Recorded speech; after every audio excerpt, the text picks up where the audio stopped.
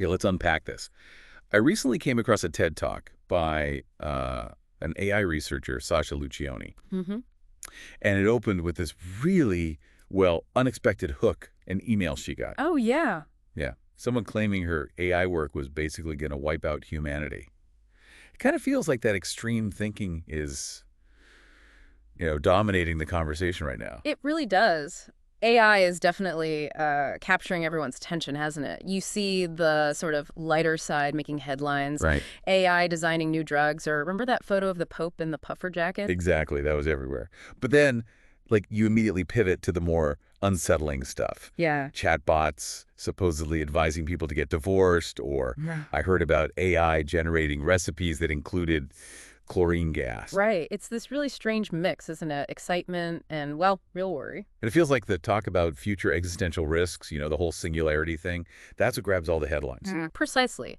There's so much discussion about potential long-term risks. And look, those conversations, they have their place, but...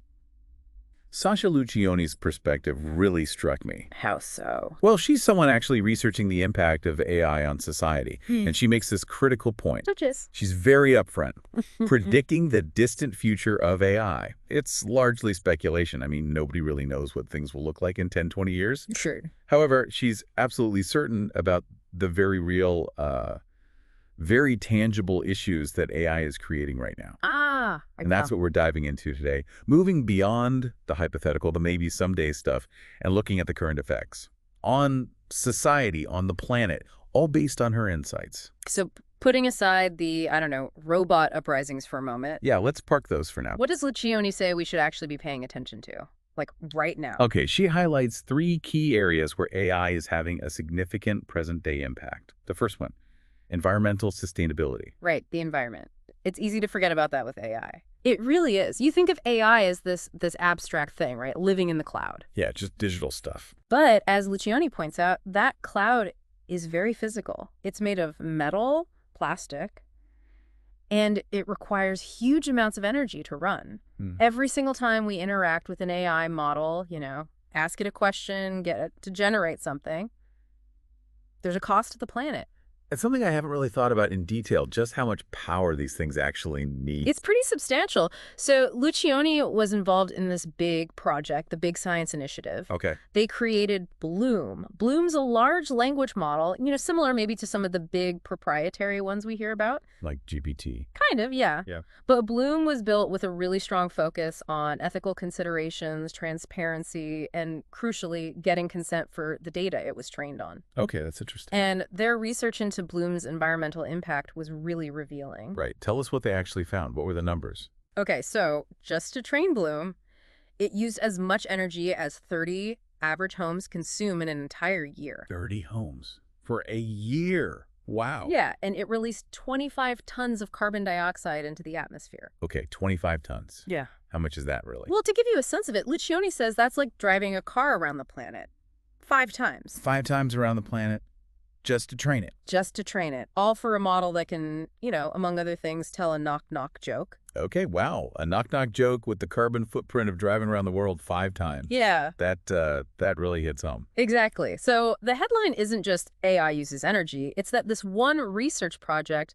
had the footprint of a small town for a year. That's a real takeaway about the real-world cost. Yeah, absolutely. And what's maybe even more concerning is when you compare that to the larger proprietary models, like, say, GPT-3, Right. Luccioni mentions those could be emitting maybe 20 times more carbon than Bloom. 20 times. Yeah.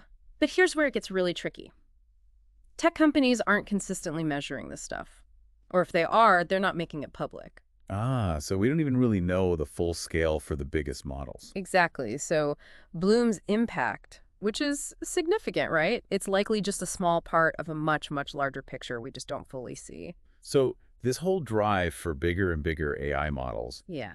it's having a direct environmental consequence that we're largely kind of in the dark about. Precisely. The trend in AI development has definitely been towards bigger is better. It's led to an astonishing, I think it's a 2,000-fold increase in the size of these large language models. 2,000 times bigger.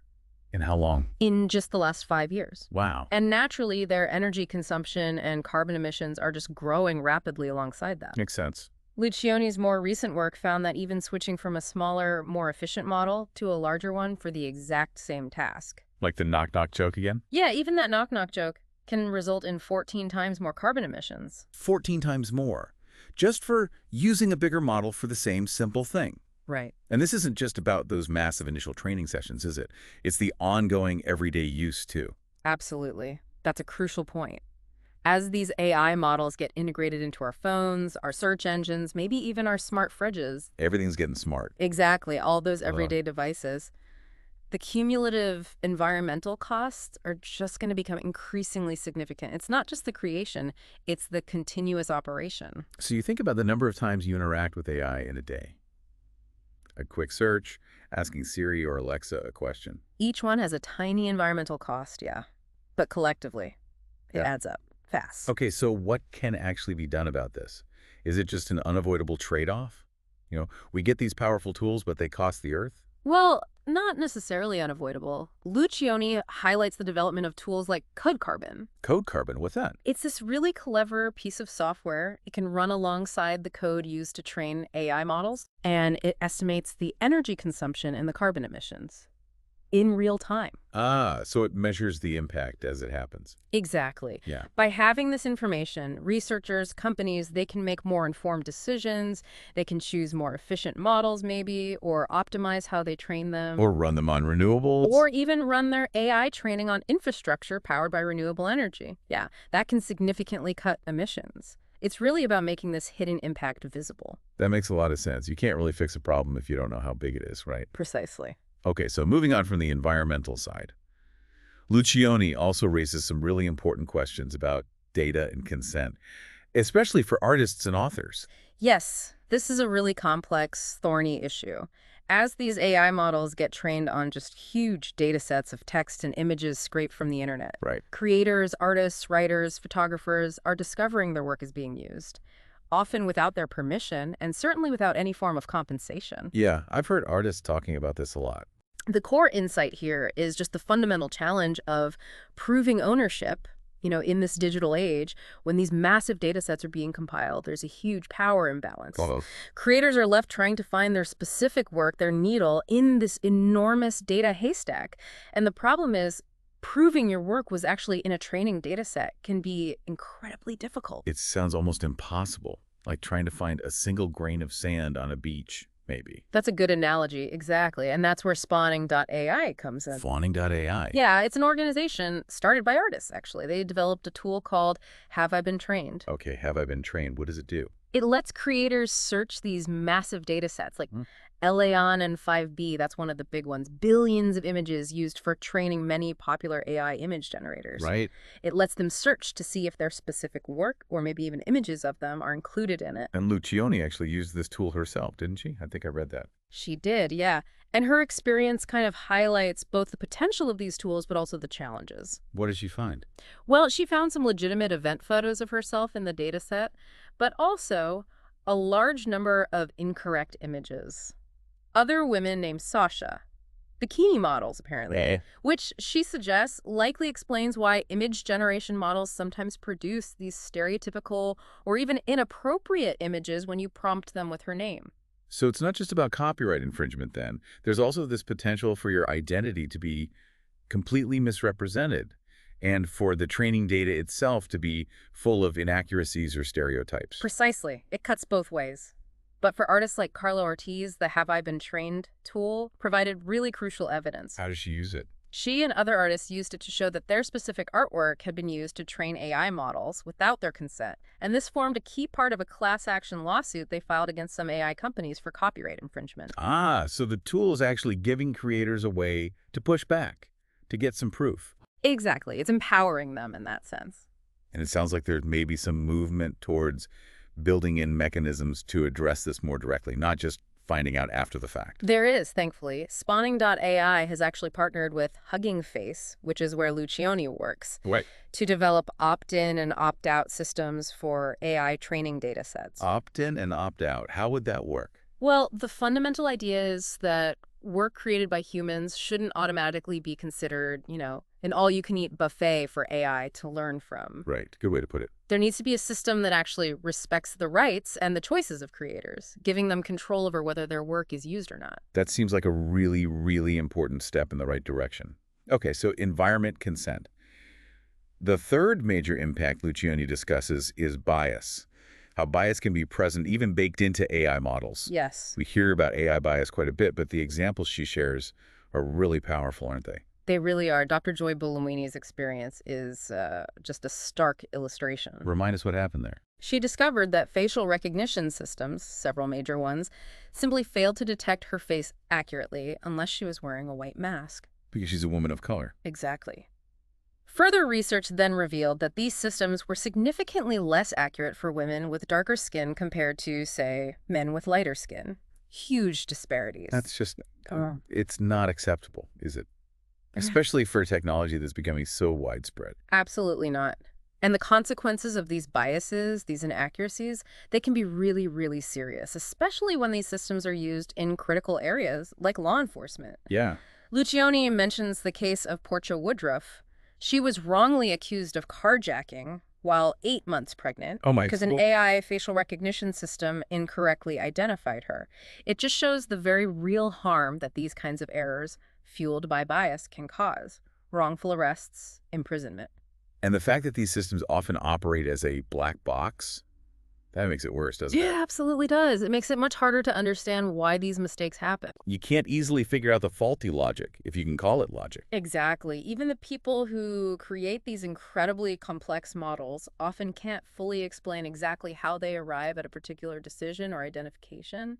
This lack of transparency makes it so much harder to find and fix the underlying problems, the biases. She also mentioned bias showing up in image generation, like for forensic sketches. Yes, that too.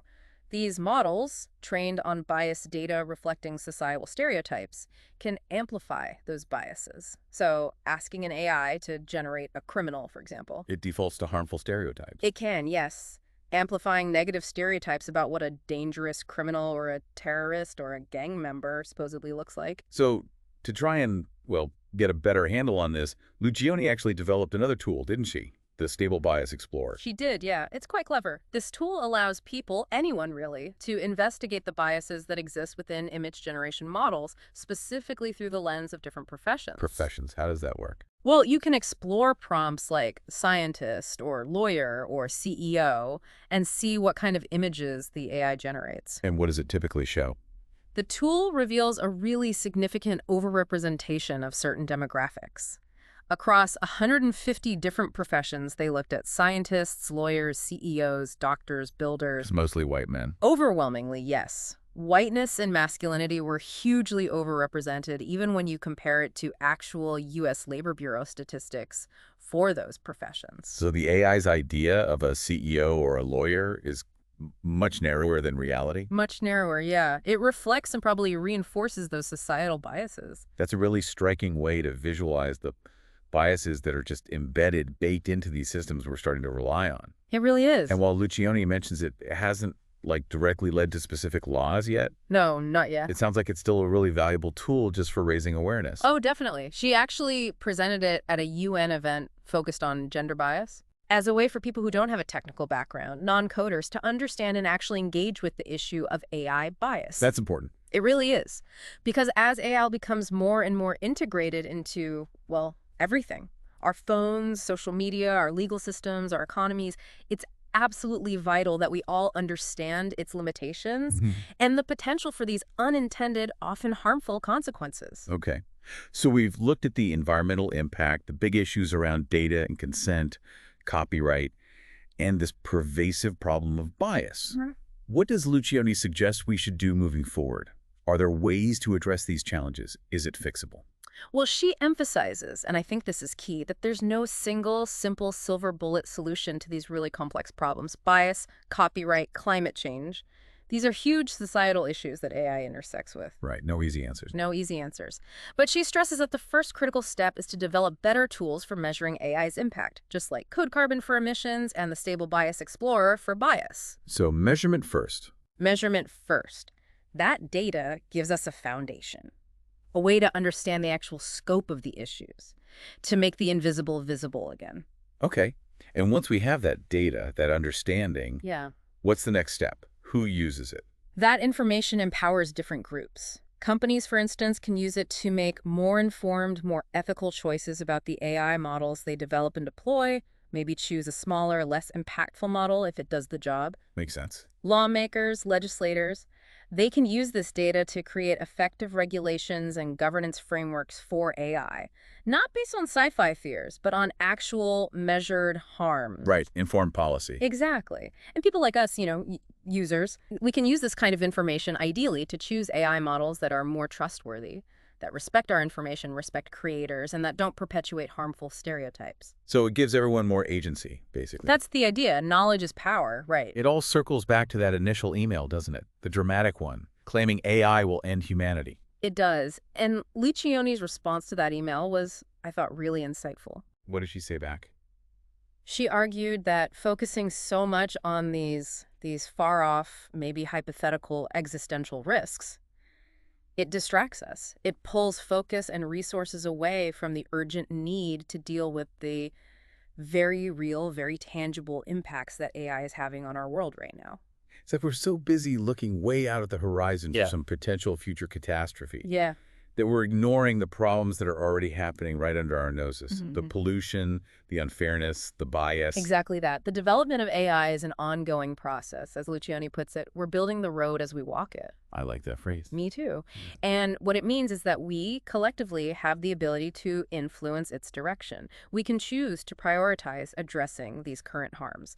We can push for and work towards a more sustainable, more ethical, and more equitable future for AI. It's not predetermined. So maybe a final thought for you listening.